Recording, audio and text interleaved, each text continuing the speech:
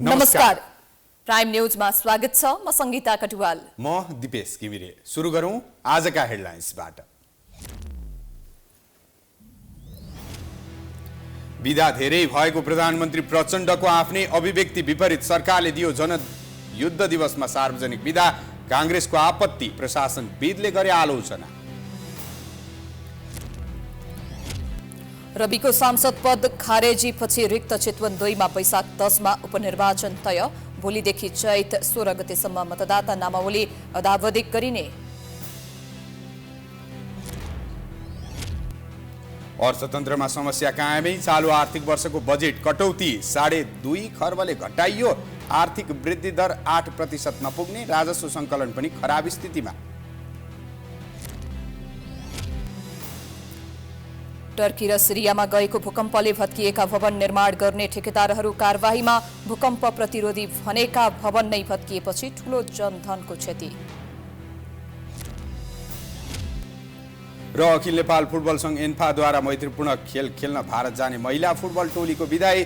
नेपालले फेब्रुअरी 15 र 18 मा मैत्रीपूर्ण खेल खेल्ने।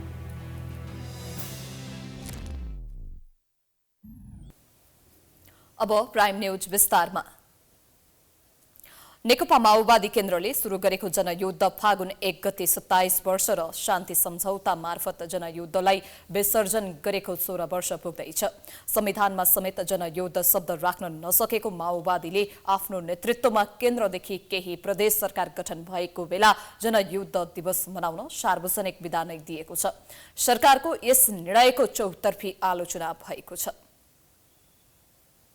नेकपा माओवादी केन्द्रका अध्यक्ष समेत रहेका प्रधानमन्त्री पुष्पकमल दाहाल प्रचण्डले यही माघ 24 गते फागुन 7 गते मनाइने प्रजातन्त्र दिवस आयोजक समितिको बैठकमा बोल्दै सरकारी विदा धेरै हुँदा जनताका काम गर्ने समय कम भएको र सेवा प्रवाहमा समस्या देखिएको बताएका थिए। प्रधानमन्त्री प्रचण्डले विदा कटौतीको तयारी थालिरहँदा उनकै दल नेतृत्वको संघीय सरकारले जनयुद्धको दिन सार्वजनिक विदा दिने निर्णय लिएको छ। आइतबार बसेको मन्त्री परिषद बैठकले यस्तो निर्णय लिएको हो। यसअघि बागमती र कर्णाली प्रदेशले फागुन 1 गते जनयुद्ध दिवस मनाउन सार्वजनिक विदा दिएका थिए। नेकपा माओवादी केन्द्रले सुरु गरेको जनयुद्ध फागुन 1 गते 27 वर्ष र शान्ति सम्झौता मार्फत जनयुद्धलाई अन्त्य गरेको 16 वर्ष पुग्दैछ। संविधानमा समेत जनयुद्ध शब्द राख्न नसकेको माओवादीले आफ्नो नेतृत्वको सरकार हुँदा यसपटकबाट जनयुद्ध दिवस मनाउन सार्वजनिक विदा नै दिएको हो। संसदमा कमजोर उपस्थिति रहे पनि प्रधानमन्त्री प्रचण्डले जनयुद्ध दिवसलाई राष्ट्रिय पर्वका रूपमा मनाउन पहल थालेका छन्। कर्णाली प्रदेशका पूर्व मुख्यमन्त्री समेत रहेका माओवादी सांसद महेन्द्र बहादुर साईले भने विदा दिने निर्णयको बचाउ गरेका छन्। 10 वर्षको जनयुद्ध र 19 जनआन्दोलनलाई हामीले यो एउटा ठुलो देशको राजनीतिक परिवर्तनका लागि महत्त्वपूर्ण भूमिका निर्वाह गर्ने दुईटा चाहिँ तपाईको चाहिँ सङ्घर्षहरू चाहिँ हुन्। यसको उच्च सम्मान चाहिँ हामीले गर्नुपर्छ। यसका लागि सबै 7वटा प्रदेश सिङ्गो देश सङ्घीय सरकारले नै तपाईको जनआन्दोलन र जनयुद्ध दिवसलाई चाहिँ समेटेर विदा दिनुपर्छ। यो राम्रो कुरा चाहिँ हो। यस्तै कांग्रेसले भने जनयुद्धमा विदा दिनु गलत भएको प्रतिक्रिया दिएका छन्। अब यो विदा यो अनेक विदा अब यो त्यो 7 सालमा त्यो दिनुपर्ने कति होला, त्यो त्यस्ता आन्दोलन कति भयो होला, अब सबैले भरे माग गर्दै गर्दै जाने कुरा हुन्छ। अनि विदा दिँदै जाने त्यो सम्मान गर्ने चिज गरिसकेको छ त। जनयुद्ध दिवस मात्र नभएर सरकारले समग्र कुनै पनि दिवसका अवसरमा विदा दिएर वार्षिक विदा बढाउन नहुने प्रशासनविदहरू बताउँछन्। अहिले दिँदै आएको विदा घटाउन सरकार लाग्नुपर्ने उनीहरूको जोड छ। जनताको सेवा रोकिनु हुँदैन। जनताको सेवा रोक्यो भने तपाईँ त्यति लामो अवधि रोकिँदा त आज विदा छ, भोलि विदा, अब फेरि शुक्रबार हो भने 3 बजे छुट्टी, तपाईँको त्यो काम भएन। शनिबार विदा, फेरि आइतबार फेरि अर्को विदा, अब आइतबार भोलि फेरि विदा, सोमबार होइन। यसले गर्दाखेरि जुन पब्लिकहरूलाई सेवा महँगो पर्यो र कसैको बित्ने कामहरू छ भने उहाँलाई अपूर्णीय क्षति हुन्छ। त्यसको लागि के भने विदा दिने नै हो भने पनि त्यो विकल्प सोचेर त्यो सट्टा विदा दिने गरी कोर सर्भिसहरूको प्रवाह गर्नुपर्छ। जनयुद्धका सर्वोच्च कमान्डर प्रचण्डलाई जनयुद्ध दिवसका अवसरमा बिदा दिनुपर्ने भन्दै अधिकांश नेता कार्यकर्ताले दबाब दिएका थिए। यो वा त्यो बहाना सार्वजनिक बिदा दिने सरकारको निर्णयको आलोचना भइरहेको छ। सरकारी कर्मचारीले समयमै काम नगरेको आरोप खेपिरहँदा सरकारले कुनै पनि शीर्षकमा बिदा दिनुले सुशासनकै ध्वजी उडाएको छ। नेपाल अन्य देशहरूको तुलनामा धेरै बिदा दिने देश पर्छ।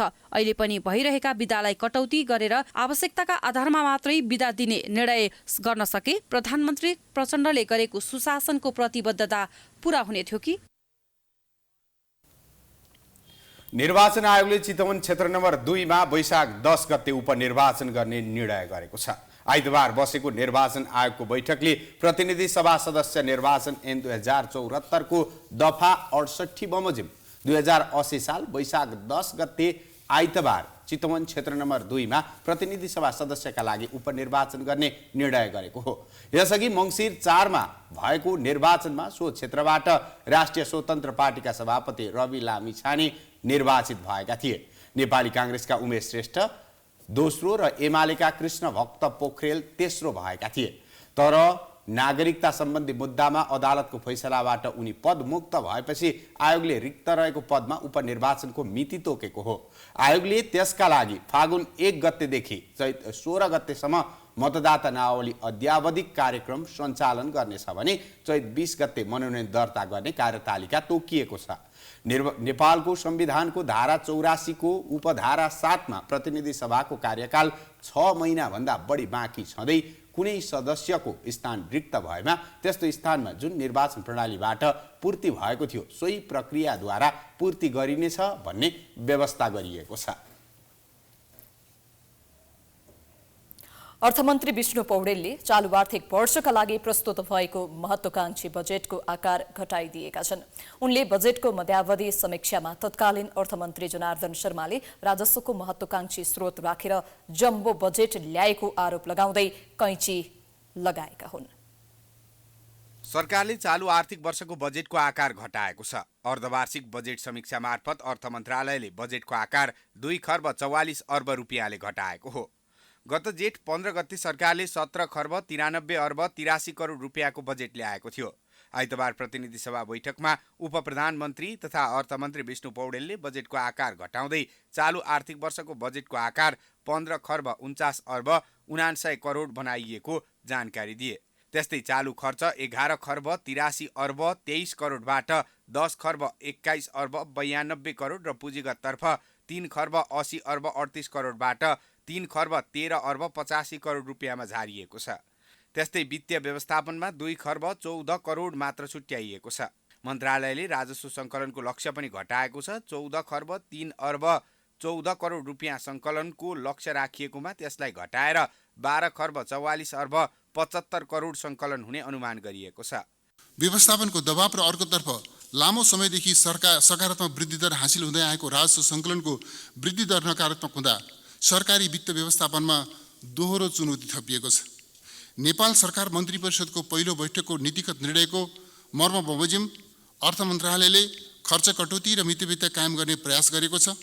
चालु खर्चतर्फका कतिपय शीर्षकहरूमा गरिएको विनियोजनमध्ये खर्च हुन बाँकी रकममा 20% कट्टा गरिएको छ भने कतिपय खर्च पुनः प्राथमिकीकरण गर्न विषयगत मन्त्रालयहरूलाई अनुरोध गरिएको छ। वैदेशिक अनुदानबाट 55 अर्ब 45 करोड रुपियाँ लिने लक्ष्य रहेकोमा 38 अर्ब 45 करोड लिने संशोधित अनुमान छ।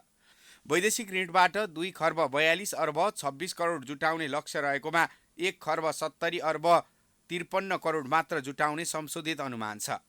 आन्तरिक ऋणबाट 2 खर्ब 56 अर्ब जुटाउने सुरुको लक्ष्य रहेकोमा संशोधन गरी 2 खर्ब 40 अर्ब मात्रै परिचालन गर्ने लक्ष्य राखिएको छ।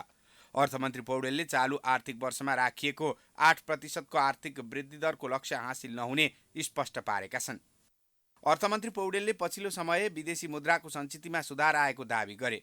अर्थमन्त्री पौडेलले चालु आर्थिक वर्षको प्रथम 6 महिनामा बाह्य क्षेत्रका केही परिसूचकहरूमा तुलनात्मक सुधार भए पनि यसलाई दिगो बनाउँदै मौद्रिक क्षेत्र र सरकारी वित्तमा देखिएको चुनौती समाधान गरी अर्थतन्त्रलाई कोरोना पूर्वकै अवस्थामा फर्काउन अपरिहार्य रहेको बताए।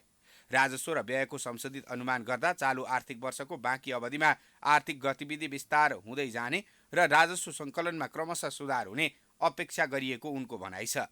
अर्थमन्त्री पौडेलले राष्ट्रिय अर्थतन्त्रलाई बलियो बनाउन सरकारी, निजी र सहकारी क्षेत्रको योगदान हुने र सरकारले सुरु गरेका सुधारको प्रयासले सकारात्मक नतिजा ल्याउने अपेक्षा गरेका छन्।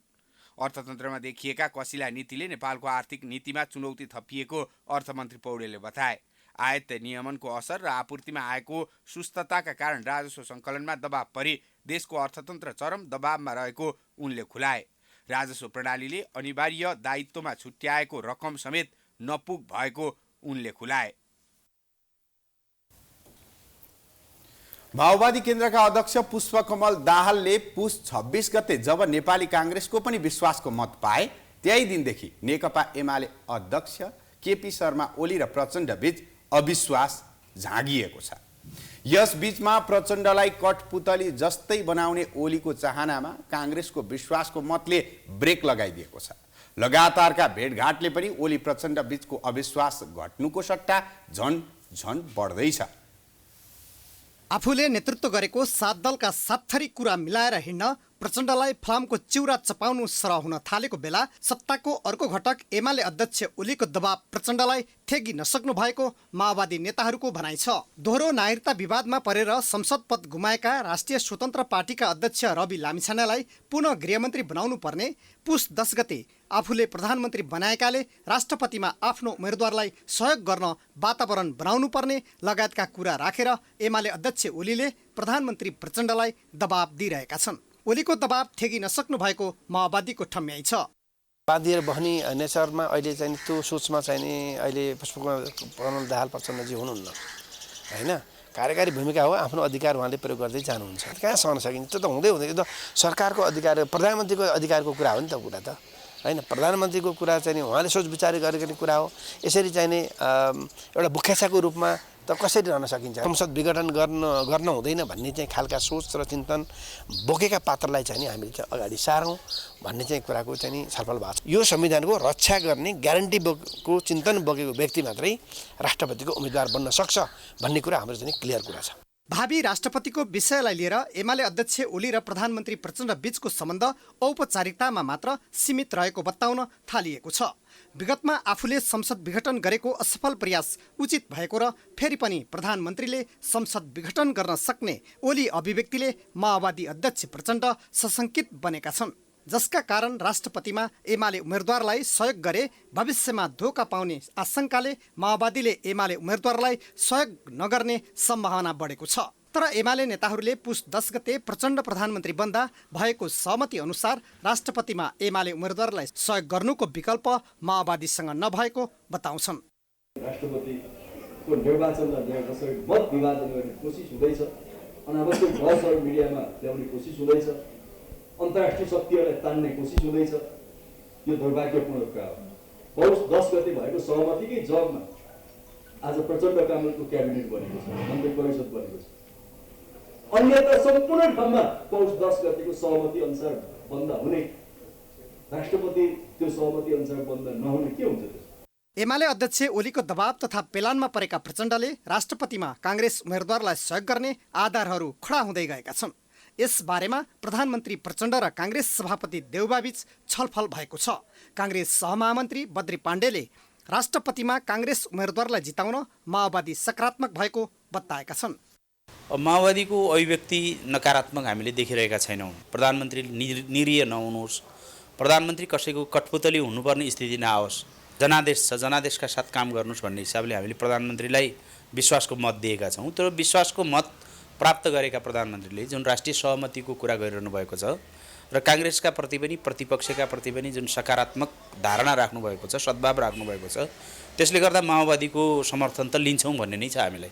राजनीतिक घटनाक्रमले राष्ट्रपतिमा माओवादीले काङ्ग्रेस उम्मेदवारलाई सहयोग गरेमा सत्ता समीकरण समेत परिवर्तन हुने अनुमान गर्न थालिएको छ। यसबीचमा सुदूरपश्चिमको सरकार बचाउन प्रचण्डले सक्दो प्रयास नगरेको पनि ओलीको बुझाइ छ। राष्ट्रिय स्वतन्त्र पार्टीलाई सरकारमा राखिराख्न पनि प्रचण्डको प्रयास सकारात्मक नदेखिएको भन्दै ओली रुष्ट छन्। यसै विषयलाई लिएर एमाले अध्यक्ष ओली र प्रधानमन्त्री प्रचण्डबीच थप दरार पैदा हुन थालेको बताइन्छ। Political bureau, prime news, Kathmandu. संविधानले नचिन्ने राजनीतिक संयन्त्रको संयोजकको नाममा एमाले अध्यक्ष केपी शर्मा ओलीले प्रधानमन्त्री प्रचण्डलाई पनि आफू नियन्त्रित राख्न खोजेको भन्दै आलोचना भएको छ। 7 दल मिलेर सरकार बनेको भए पनि राजनीतिक संयन्त्रको बैठकमा भने 4 दल मात्रै सहभागी छन्। संयन्त्रमा आबद्ध दलबीच तीव्र दरार देखिएको छ। संविधानले चिन्नै नसक्ने एमाले अध्यक्ष ओलीको नेतृत्वमा रहेको 7 दलीय राजनीतिक संयन्त्रले प्रधानमन्त्रीलाई नियन्त्रणमा राख्ने, निर्देशन दिने तथा उनको काममा अनावश्यक हस्तक्षेप गर्ने र पङ्गु बनाउने काम गरिरहेको छ। राजनीतिक संयन्त्रका नाममा एमाले अध्यक्ष ओलीले अन्य दलका सदस्यलाई साथमा लिएर प्रधानमन्त्री प्रचण्डलाई अनावश्यक रूपमा दबावमा राख्दै निगरानी गर्न थालेपछि माओवादी भने रुष्ट बनेको छ। राजनीति भनेकै अब कहिले कोसँग सहकार्य हुने गर्छ, कहिले कोसँग हुने गर्छ। फेरि त्यसको निम्ति उहाँहरूका पनि केही आफ्ना भनाइहरू, शर्तहरू, कुराकानीहरू छन्। रुष्ट हुनुपर्ने कारण केही पनि छैन। एमालेलाई हामीले केही भनाइ छैनौँ। एमाले पार्टी देशको प्रमुख पार्टी भएको हुँदाखेरि राष्ट्रिय सहमति एमाले पार्टीले चाहिँदैन र झन् चाहिनुपर्ने हो नि। उहाँहरूकै नेतृत्वमा त भूमिका खेल्दा त झन् चाहिँ सुनमा सुगन्ध हुनुपर्ने हो नि। त्यसकारणले राष्ट्र सामु उपस्थित समस्याहरूलाई मिलाएर जाउँ भन्ने कुरामा एमाले चाहिँ रुष्ट हुनुपर्ने के कारण छ? कोही राजावादी, कोही संहिता विरोधी त कोही गणतन्त्रवादीको सङ्गम रहेको राजनीतिक संयन्त्रको बैठक निकै लामो समयपछि शुक्रबार बसेको थियो। यो बैठकमा जनता समाजवादी पार्टी, नागरिक उन्मुक्ति पार्टी, जनमत पार्टीका शीर्ष नेता उपस्थित भएनन्। पछिल्लो पटक बसेको संयन्त्रको बैठकमा नागरिक उन्मुक्ति पार्टीलाई भने बोलाइएको थियो। यसअघि बसेका संयन्त्र बैठकमा आफूहरूको अपमान गर्ने गरिएको खानेपानी तथा सरसफाई मन्त्री समेत रहेका जनमत पार्टीका नेता अब्दुल खानको भनाइ छ। राजनीतिक संयन्त्रका प्रमुख नेताहरूसँग सोधे राम्रो हुन्छ। म भन्दा पनि उहाँहरूले यसको राम्रो जवाब दिन सक्नुहुन्छ।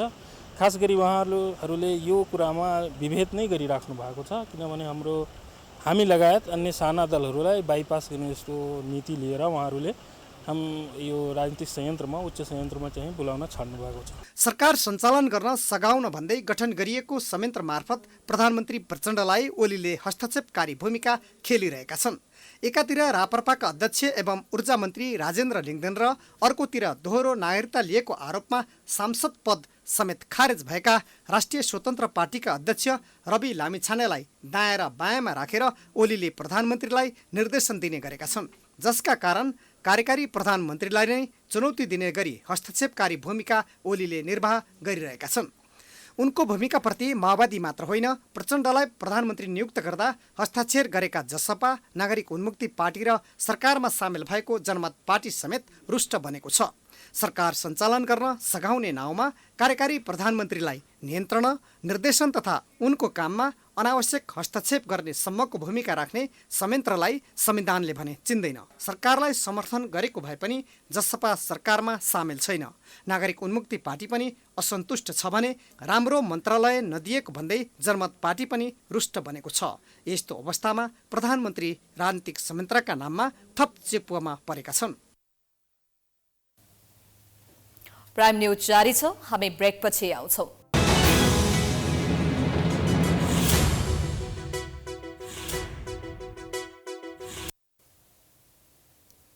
ब्रेकपछि स्वागत छ। अब बाँकी न्यूज। राष्ट्रपति विद्यादेवी भण्डारीको सवारीका कारण प्रहरीले चिकित्सकमाथि कुटपिट गरेपछि चिकित्सकहरू आन्दोलित बने। प्रहरीको लाठीचार्जबाट राष्ट्रिय ट्रमा सेन्टरका डाक्टर जनित लाल सिंह घाइते भए। त्यसको विरोधमा नेपाल चिकित्सक सङ्घले आज देशभरका स्वास्थ्य संस्थाहरू ठप्प पारेका थिए।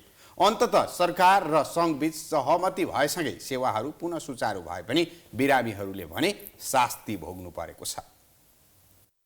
गत शुक्रबार राष्ट्रपति विद्यादेवी भण्डारी संसदको संयुक्त बैठकलाई सम्बोधन गर्न नयाँ बानेश्वर आउँदा प्रहरीले गरेको लाठीचार्जबाट राष्ट्रिय ट्रमा सेन्टरका चिकित्सक डाक्टर जनितलाल सिंह घाइते बने। आफ्नो काम सकाएर घर फर्किँदै गर्दा राष्ट्रपतिको सवारीको नाममा प्रहरीले कुटपिट गरेको थियो। प्रहरीको दुर्व्यवहारपछि नेपाल चिकित्सक सङ्घले आइतबार देशभरका स्वास्थ्य संस्थामा आकस्मिक बाहेकका सबै सेवाहरू ठप्प पार्यो। स्वास्थ्य संस्थाका चिकित्सकहरू मध्याह्नसम्म हातमा कालो पट्टी बाँधेर विरोध जनाएका थिए।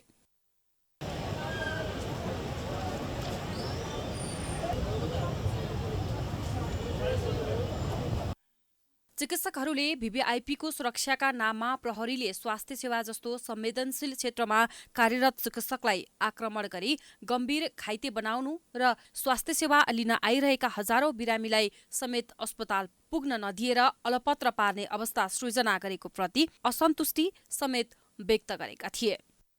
27 गते हाम्रो ड्युटीमा खटिएका वरिष्ठ अर्थोपेडिक सर्जन जनिथार सिंहलाई भिआइपी सवार क्रममा हाम्रो ड्युटीमा खटेको चिकित्सकले प्रहरीबाट जुन दुर्व्यवहार भयो, कुटपिट भयो, यसको विरुद्धमा साथसाथै अन्य स्वास्थ्यकर्मी मेडिकल अधिकृतलाई पनि जुन किसिमको दुर्व्यवहार भयो, यसको चाहिँ हामीले पूर्ण रूपमा विरोधमा उत्रिएका छौँ। र किन भन्दा यो एक दिनको मात्रै कुरो होइन, यो दीर्घकालीन रूपमा यसको समाधानको हामीले बाटो खोजिरहेका छौँ। किनभने स्वास्थ्यकर्मी जस्तो एउटा विशिष्ट पेसालाई सरकारले नै अब त्यसरी दमन गर्छ भने हामी अब यसको विरुद्धमा उठ्नुपर्छ भन्ने हाम्रो सबैको माग हो। सुरक्षा दिनुपर्ने सुरक्षाकर्मी नै हामी माथि आइलागेपछि त हामी कामी रहेको हातले त सेवा दिन सक्दैनौँ। तपाईँको मैले भनौँ हामी सबैजना सेवाग्राहीहरूको मैले सर्जरी गर्नुपर्ने छ, मेरो हातै कामिरहेको छ त्रासले भने म कसरी सेवा दिउँ? मलाई सेवा दिन मन नलागेको होइन, हामीलाई सेवा दिन मन नलागेको या हामीले नचाहेको कुरा होइन, हामीले गरिरहेको कुरा हो। दिनरात इमर्जेन्सी सेवा अझै पनि कामदै गरेका हातहरूले हामीले दिइ नै रहेका छौँ। खासमा अब हाम्रो सिनियर कन्सल्टेन्ट अङ्को सर्जन किन सिनियर कन्सल्टेन्टलाई होइन एउटा प्रहरीले एउटा राष्ट्रपतिको भिभिआइपीको नाममा होइन लौरो प्रहार गरिदिनु भनेको यसको लागि हामी घोर भर्सना गर्नको लागि हामीले यहाँ आन्दोलन गरेका छौँ। स्वास्थ्य संस्थाको सेवा नै ठप्प पारेर चिकित्सकहरू नै आन्दोलनमा उत्रिँदा अस्पतालका बिरामीहरूले पनि शास्ति खेपेका छन्। विभिन्न जिल्लाबाट राजधानीमा आएका बिरामीहरू अस्पतालको सेवा नै बन्द हुँदा उपचारमा समस्या खेप्नु परेको छ। उनीहरूले सेवा सुचारू गर्नुपर्ने माग राख्दै केही बेर वीर अस्पताल अगाडि सडक नै अवरुद्ध बनाएका थिए। कानको र अनि यो औषधिको उ भएको भएर आएको बन्द रहेछ, थाहा भएन, आयो दुःख पाइयो। अप्सनको डेटको लागि बोलाइ हुनुहुन्थ्यो सरले, अस्ति पनि आएर गएको, फेरि अनि आज बोलाउनु भएको थियो, अनि आज आएको आन्दोलन भइरहेको छ, केही थाहा थिएन आन्दोलन भइरहेको छ, त्यही भएर आएको थियो। अप्सनको लागि हो, डेटको लागि आएको। सेवा प्रभावित गरेर चिकित्सक आन्दोलनमा उत्रिएपछि प्रधानमन्त्री पुष्पकमल दाहाल प्रचण्डले संघलाई वार्ताका लागि बोलाएका थिए। प्रधानमन्त्री तथा मन्त्री परिषदको कार्यालयमा सरकारी प्रतिनिधि र चिकित्सक बीच भएको वार्तापछि 6 बुँदे सहमति भएको छ। सहमतिपछि चिकित्सकले आन्दोलनका सम्पूर्ण कार्यक्रम फिर्ता लिएका छन्। वार्ताका क्रममा कुटपिटका सम्बन्धमा 1 हप्ताभित्र छानबिन सम्पन्न गरी दोषीलाई कारबाही गर्ने, घाइते चिकित्सकको उपचारको व्यवस्था सरकारले बेहोर्ने, स्वास्थ्यकर्मी र स्वास्थ्य संस्थाको सुरक्षा व्यवस्थालाई प्रभावकारी कार्यान्वयन गर्ने, भिआइपीहरूको सवारी सम्बन्धी निर्देशिका संशोधन गर्ने लगायतका सहमति भएको छ। भिभिआइपी सवारीका बेला सडक खाली गर्नुपर्ने सुरक्षाकर्मीको बाध्यता होला, तर स्वास्थ्य सस्तो संवेदनशील क्षेत्रमा काम गर्ने चिकित्सकमाथि लाठीचार्ज गर्नु शोभनीय हुँदैन। अति विशिष्टको सवारीमा सुरक्षा प्रबन्ध गर्नु सरकारको बाध्यता भए पनि आम नागरिकलाई कम शास्ति हुने गरी प्रबन्ध मिलाउनु जरुरी छ। प्राइम टाइम्स टेलिभिजनका लागि क्यामेरामा दिनेश सार्कीको साथ सुरज घिमिरे, काठमाडौँ। नेकपा एमालेका सांसद रघुजी पन्तले राष्ट्रपतिको सवारीका क्रममा भएको घटनाको जिम्मा सरकारले लिनुपर्ने बताएका छन्। प्रतिनिधि सभाको आइतबारको बैठकमा पन्तले राष्ट्रपतिको सवारीका क्रममा सडक जामको विषयलाई लिएर राष्ट्रपति, सरकार र सांसदप्रति गाली गलौज भएको भन्दै यसमा दोष राष्ट्रपतिको नभई सरकार र सुरक्षा संयन्त्रको भएको बताएका हुन्। सडक जामका क्रममा नागरिकको गाली सुन्न नसकेर लोगो छोप्नु परेको र मास्क लगाउनु परेको पन्तको गुनासो छ।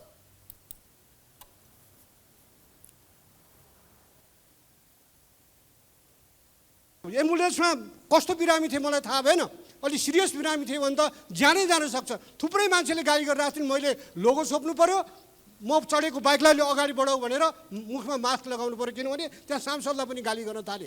यस्तो एउटा ह्याभक उत्पन्न हुने जुन प्रणाली छ हाम्रो, यो प्रणालीको समयानुकूल परिमार्जन आवश्यक छ। यो गर्ने भनेको सरकारले हो, सरकारले यो नगर्ने अनि राष्ट्रपतिले किन गाली खाने? सडकमा सवारी व्यवस्थापन कसरी गर्ने भन्ने विषयमा सरकार गम्भीर हुनुपर्ने उनको भनाइ छ। पन्तले विशिष्ट व्यक्तिको सवारी व्यवस्थापनलाई उपयुक्त तवरले व्यवस्थापन गर्न प्रधानमन्त्री गम्भीर हुनुपर्ने पनि बताए।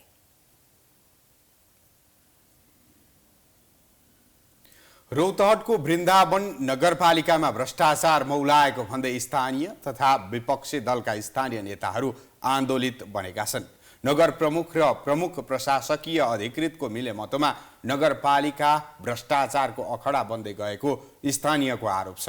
नगरपालिकामा व्यतिथि मौलाएको भन्दै नगरपालिकाले गरेका कामहरू पारदर्शी गर्न स्थानीयले माग गरेका छन्। रौतहटको वृन्दावन नगरपालिका भ्रष्टाचारको अखडा बन्दै गएको भन्दै स्थानीय आन्दोलित भएका छन्। नगर प्रमुख विनोद प्रसाद कुर्मी तथा प्रमुख प्रशासकीय अधिकृत खिम बहादुर भुजेलले भ्रष्टाचार गर्ने नियतका साथ मिलेमतो गरेर आफूखुसी नगरपालिका चलाएको स्थानीयको आरोप छ। नगरपालिकाको काम कारबाहीको विरोध गर्दै स्थानीय जनप्रतिनिधि दलका कार्यकर्ता र स्थानीयले चरणबद्ध आन्दोलन गर्ने चेतावनी समेत दिएका छन्। नगरपालिकाले ठेक्का नलगाई मनमानी ढंगले बागमती नदीको रमौली र विश्रामपुर खोलाबाट अवैध रूपमा गिटी बालुवा निकासा गरी बिक्री गरेको भन्दै स्थानीयले अवरोध गर्न थालेपछि शनिबार दुई पक्षबीच झडप भएको थियो। झडपमा दुई पक्षका गरी 6 जना घाइते भएका छन्। सिंहदरबारको अधिकार नगरमा दिएको छ, यो कार्यान्वयन हुन्छ भनेर हामीले विश्वास गरेको थिए र यो अहिलेको वर्तमान मेयरले जुन भ्रष्टाचारमा लिप्त भइसकेको छ, 4-5 महिना भइसक्यो र अहिले के भन्छ 8-9 महिना जति भइसक्यो र अहिले पनि कुनै बदलाव छैन। भ्रष्टाचारको सिवा केही पनि छैन। जहाँ नगरपालिकाको कार्यालय चाहिँ आउनुपर्छ, तर यहाँ चाहिँ अहिले एकदम स्पष्ट अहिले ज्यादा पेली अहिले पनि नगरपालिकाको कार्यालयमा त्यो दर्ता चलानी पाउँदैन, उहाँको बेगमा हुन्छ। किनभने त्यो दर्ता चलानी नै भ्रष्टाचारीको चाहिँ उद्देश्यले दर्ता चलानी त्यो बेगमा बोकेर हिँड्ने गरेको थियो। एक त्यो नगर प्रमुख कुर्मीले खोला उत्खननका लागि ठेक्का नलगाएर आफ्ना मान्छेलाई मात्र दिने गरेको भन्दै स्थानीयले आपत्ति जनाएका छन्। नियम विपरीत जथाभावी खोला उत्खनन गरेको तर रसिदमा समय र मिति समेत नभएको भन्दै स्थानीयले कर उठाउने टहरा नै तोडफोड गरेका थिए। मेयर कुर्मी र कार्यालय प्रमुख खिम बहादुर भुजेलको मिलेमतोमा एउटै मितिमा 1 टिपको पुर्जी काटेर 4-5 टिपसम्म नदीजन्य पदार्थ उत्खनन गर्न पठाएर आर्थिक अनियमितता गरेको भन्दै खोला उत्खननमा समेत रोक लगाउन स्थानीयले माग गरेका छन्। हामीले चारै दल मिलेर अहिले त्यो नदी जुन खनन बन्द गर्न जान्छौँ र हामी मिलेरै त्यसको विरोध गरेका छौँ। हामीलाई सन्तुष्ट भयो त्यसको जुन हामी निर्णय गरेका छौँ चित बुझ्दो दियो भने ठिक छ, न त हामी आन्दोलन अगाडि बढाउँछौँ। पहिला त उहाँहरू अरसाहामा बसेर आफ्नो पार्टीको मुखिया, कार्यपालिका सदस्य, मेयर, उपमेयर, कार्यकारिणी सबैजना बसेर उहाँहरू पहिला उही छलफल गरेर पुरै क्लियर यो बुन्दा राख्छु यही बोल्ने हो भनेर अरूको कुरा नसुन्ने हो। यहाँ त पहिला फर्स्टमा त्यो कुरो हो। नगरपालिकामा देखिएको व्यतिथिका बारेमा नगर प्रमुख कुर्मीसँग सञ्चारकर्मीले प्रतिक्रिया लिन खोज्दा उनले प्रतिक्रिया दिन मानेनन्। प्रतिक्रिया लिन नगरपालिका पुगेका सञ्चारकर्मीलाई कार्यालयभित्र छिर्न समेत नदिन भन्दै उनले मूल गेटमा ताला लगाउन कर्मचारीलाई निर्देशन दिएका थिए। व्यतिथि अन्त्य र नगरपालिकाले गरेका कामहरू पारदर्शी हुनुपर्ने माग गर्दै नेकपा एमाले, नेपाली कांग्रेस, माओवादी केन्द्र, जनता समाजवादी पार्टी सहित संयुक्त रूपमा स्थानीयको सहभागितामा आन्दोलन सुरु भएको छ। आफूहरूको मागप्रति नगर प्रमुख तथा प्रमुख प्रशासकीय अधिकृत संवेदनशील नभए कडा आन्दोलन गर्ने चेतावनी समेत दिएका छन्। प्राइम एसडीका लागि रौतहटबाट सन्तोष काफ्लेको रिपोर्ट। ललितपुरको ग्वारखो क्षेत्रमा देशकै पहिलो फ्लाइओभर निर्माण सुरु भएको छ, तर 6 लेन मध्ये 4 लेन सडक अवरुद्ध हुँदा आम नागरिकले घण्टौंसम्म ट्राफिक जामको समस्या खेप्न बाध्य छन्। सर्वसाधारणले शास्ति झेल्नुपर्ने अवस्था आउँदा पनि ट्राफिक जाम व्यवस्थापन गर्न कुनै ठोस पहल भने हुन सकेको छैन। यो लामो ट्राफिक जाम देख्दा तपाईहरूलाई लाग्न सक्छ यो कुनै भिआइपी सवारीले निम्ताएको जाम हो, तर नझुक्किनुहोस्, यो भिआइपी सवारीले निम्ताएको जाम नभई ललितपुरको ग्वारको क्षेत्रमा देखिएको ट्राफिक जाम हो।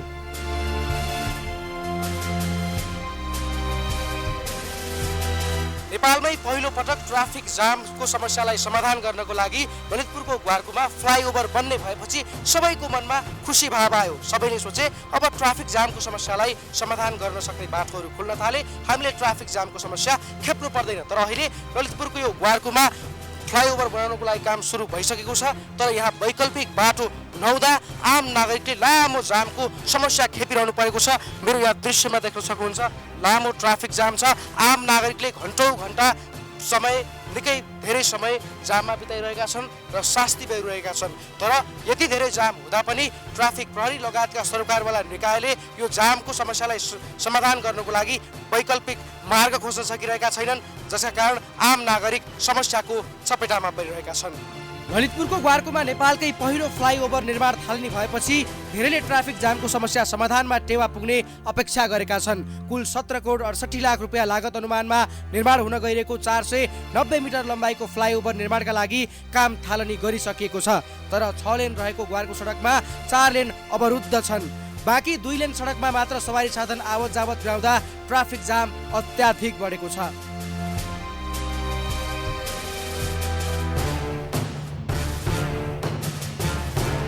ट्राफिक जामका कारण अशक्त अपाङ्गता भएका व्यक्ति, महिला, बालबालिका, वृद्ध वृद्धा र आकस्मिक रूपमा गन्तव्यमा पुग्नुपर्नेहरूले थप समस्या खेप्नु परेको छ। मान्छे समयमा घर नपुग्ने, समयमा हस्पिटल नपुग्ने, समयमा खाना पाक्दैन, बालबच्चाहरू छ, स्कुल विद्यार्थीहरू छ, अनि उनीहरूले समयमा आफ्नो टाइम सदुपयोग गर्न पाइरहेको छैन। व्यवसायमा धेरै परेको छ। त्यो माथि हाम्रो पिकअप गाडीले भयो अफिस टाइम लगाएर हुन्छ, रिङ रोडमा जाने हुन्छ। अगाडि नै निस्किनु पर्छ, पहिला निस्किनु पर्ने 14 महिनामा सम्पन्न गर्ने बताइएको यो योजना अवधिभर ट्राफिक व्यवस्थापनमा यसरी नै चासो नदेखाइए समस्या अझै बढी खेप्नुपर्ने प्रष्टै छ। त्यसमाथि जामको विकल्प ट्राफिक प्रहरीसँग समेत छैन।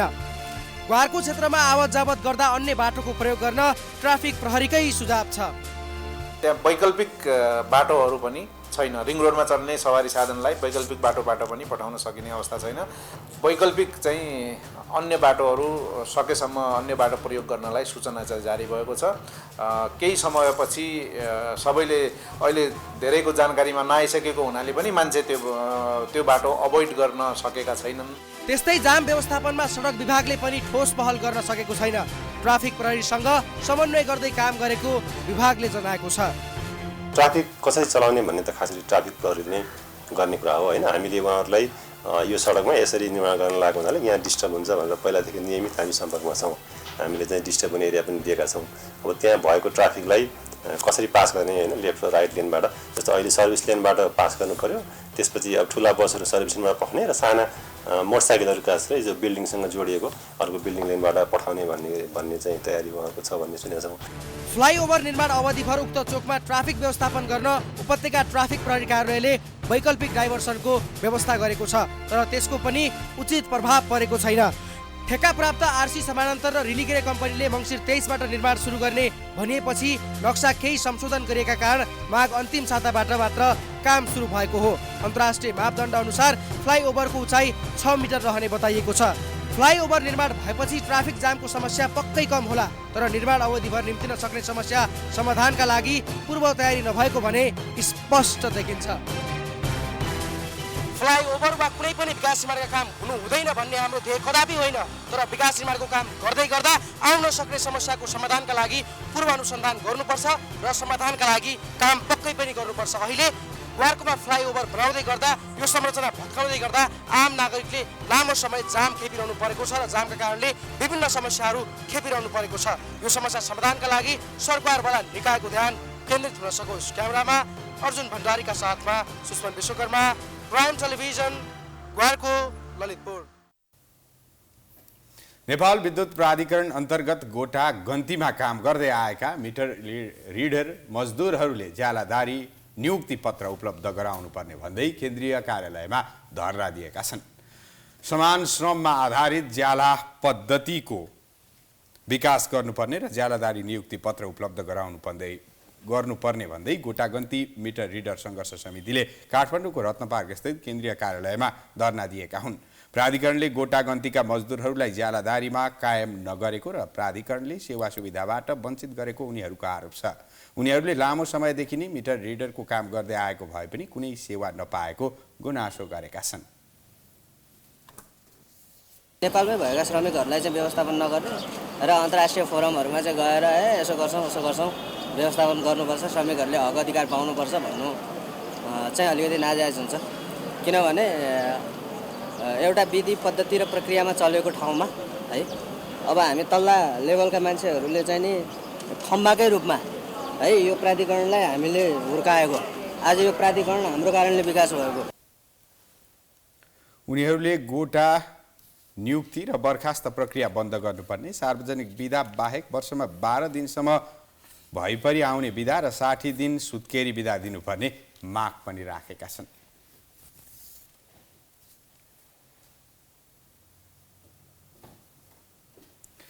प्राइम न्यूज जारी छ, हामी ब्रेक पछि आउँछौँ।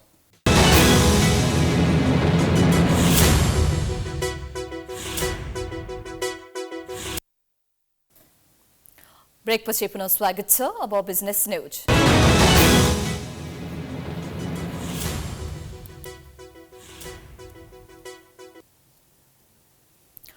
पश्चिम नवलपरासीमा उत्पादित तरकारीले बजार र उचित मूल्य नपाउँदा किसानहरू मारमा परेका छन्। दिनहुँ खेतबारीमा व्यस्त भई उत्पादन गरेको तरकारीले समयमा बजार नपाउँदा किसानहरू समस्यामा परेका छन्। सरकारले तरकारीमा आत्मनिर्भर बनाई किसानलाई व्यावसायिक बनाउन थुप्रै अनुदानका कार्यक्रमहरू ल्याउने गरेको छ। तर उत्पादित तरकारीले बजार नपाउँदा किसान चिन्तित छन्। महिनौदेखि मेहनत गरेको तरकारीले बजार नपाएपछि पश्चिम नवलपरासीका किसानहरू समस्यामा परेका छन्। किसानहरू बल्ल तल्ल तरकारी त लगाउँछन्, तर उत्पादित भएको तरकारीले बजार नपाउँदा किसान मारमा परेका छन्। नेपालमा समयमा रासायनिक मल नपाउने र भारतबाट महँगो मूल्यमा ल्याउनु पर्ने बाध्यता छ। जसोतसो जोहो गरेर उत्पादन गरेको तरकारीले बजार नपाउँदा व्यावसायिक खेती गरेका किसानहरू निराश भएका छन्।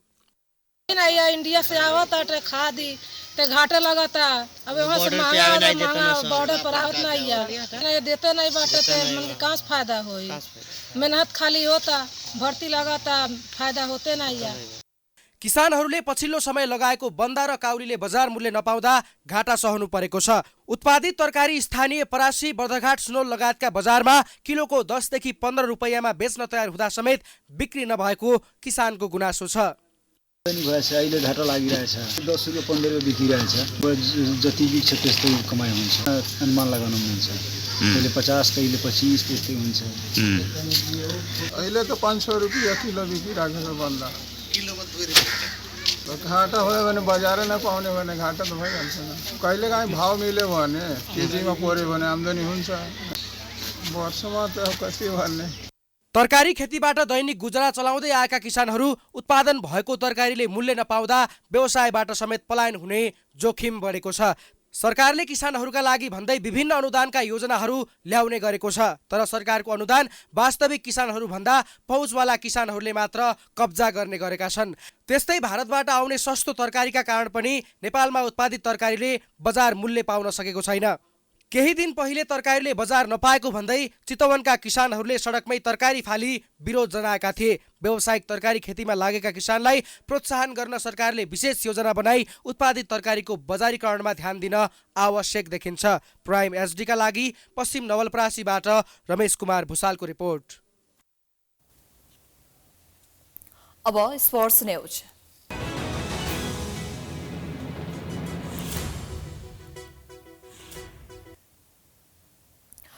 अखिल नेपाल फुटबल संघ एन्फाले मैत्रीपूर्ण खेल खेल्न भारत जाने नेपाली राष्ट्रिय महिला फुटबल टोलीलाई विदाई गरेको छ।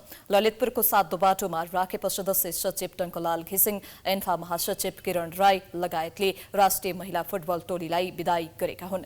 नेपाली टोली भोलि भारत प्रस्थान गर्नेछ। मैत्रीपूर्ण खेलका लागि नेपाली टोलीका मुख्य प्रशिक्षक अनन्त राज थापाले नेपाली टोलीको घोषणा गरिसकेका छन्। विदाई कार्यक्रममा मुख्य प्रशिक्षक थापाले मैत्रीपूर्ण खेलको तयारी राम्रो भएको र 2 हप्तादेखि प्रशिक्षण गरिरहेको जानकारी दिए। उनले छोटो समयको प्रशिक्षण भए पनि नतिजा नेपालको पक्षमा आउने विश्वास व्यक्त गरे। त्यस्तै कप्तान एन्जिला तुम्बापो सुब्बाले नेपाली टिमको मनोबल उच्च रहेको र सबैले राम्रो प्रदर्शन गर्ने बताए। भारतीय टिम निकै प्रतिस्पर्धी टिम रहेकाले चुनौतीका साथ राम्रो नतिजा आउने उनको भनाइ छ। विगतको 2 हप्तादेखि नै हामी ट्रेनिङ कन्टिन्यू गरिरहेको थियौँ र आफ्टर फर्स्ट फेजको सिलेक्सनपछि हामी पोस्ट क्याम्पमा बसेको र ओभरअल तयारी राम्रै छ। टिममा एउटा राम्रो एउटा कम्बिनेसन राम्रो भएको छ होइन। जस्तो अस्ति अन्डर 20 को पनि 3 जना जुन बहिनीहरूले गएर जितेर आएको छ। अब साफ पछि फेरि हामी चाहिँ खेल्दैछौँ इन्डियासँग होइन। अब जुन हामीले साफ च्याम्पियनसिपमा चाहिँ उनीहरूलाई हराएको थियौँ। मनोबल अभियसली पनि सबैको हाई नै छ। अब हामीसँग एक्सपिरियन्स प्लेयर पनि छ र ग्रुप एजको प्लेयरहरू पनि छ। त्यही भएर मलाई लाग्छ सबैले आफ्नो आफ्नो प्लेसबाट चाहिँ राम्रो प्रदर्शन गर्नुहुन्छ भन्ने म चाहिँ विश्वस्त छु।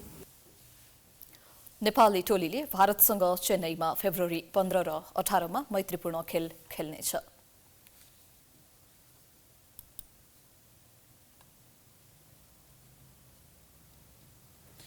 फागुन 11 गतेबाट सुरु हुने केपी ओली कप राष्ट्रिय फुटबल च्याम्पियनसिपको तालिका सार्वजनिक गरिएको छ। आयोजक राष्ट्रिय युवा संघ नेपालले आइतबार काठमाडौँमा पत्रकार सम्मेलन गर्दै च्याम्पियनसिपको तालिका सार्वजनिक गरेको हो। तालिका अनुसार च्याम्पियनसिपको पहिलो खेलमा नेपाल पुलिस क्लब र सातदोबाटो युथ क्लब भिड्ने भएका छन्। पुलिस र सातदोबाटो बीचको खेल फागुन 11 गते एन्फा कम्प्लेक्समा हुनेछ। खेल 3 बजे सुरु हुनेछ। प्रतियोगिताको फाइनल बाहेक सम्पूर्ण खेल एन्फा कम्प्लेक्समा सातदोबाटोमा हुनेछ। फाइनल खेल दशरथ रङ्गशालामा आयोजना हुने राष्ट्रिय युवा संघले जनाएको छ। प्रतियोगिता फागुन 11 गतेबाट 17 गतेसम्म हुनेछ। प्रतियोगितामा 8 टोलीको सहभागिता छ। ए डिभिजनका Machhindra football club, Tribhuvan army club, Nepal police club, New Road team NRT, church boys united club, Satdobato youth club र जावराखेल युथ क्लब छन् भने एक आयोजक टोली केपी ओली फुटबल क्लब रहेको छ। प्रतियोगिताको विजेताले उपाधिसहित 10 लाख नगद तथा उपविजेताले 5 लाख नगद प्राप्त गर्ने आयोजकले जनाएको छ।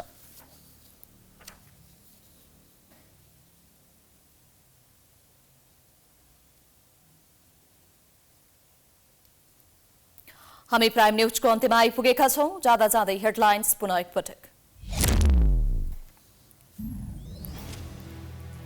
विदा धेरै भएको प्रधानमन्त्री प्रचण्डको आफ्नै अभिव्यक्ति विपरीत सरकारले दियो जनयुद्ध दिवसमा सार्वजनिक विदा। कांग्रेसको आपत्ति, प्रशासनविदले गरे आलोचना। रविको सांसद पद खारेजीपछि रिक्त चितवन 2 मा वैशाख 10 मा उपनिर्वाचन तय। भोलिदेखि चैत 16 गतेसम्म मतदाता नावली अद्यावधिक गरिने। अर्थतन्त्रमा समस्या कायमै, चालु आर्थिक वर्षको बजेट कटौती 2.5 खर्बले घटाइयो। आर्थिक वृद्धि दर 8% नपुग्ने, राजस्व सङ्कलन पनि खराब स्थितिमा। टर्की र सिरियामा गएको भूकम्पले भत्किएका भवन निर्माण गर्ने ठेकेदारहरू कारबाहीमा। भूकम्प प्रतिरोधी भनेका भवन नै भत्किएपछि ठूलो जनधनको क्षति। र अखिल नेपाल फुटबल संघ एन्फाद्वारा मैत्रीपूर्ण खेल खेल्न भारत जाने महिला फुटबल टोलीको विदाई। नेपालले फेब्रुअरी 15 र 18 मा मैत्रीपूर्ण खेल खेल्ने।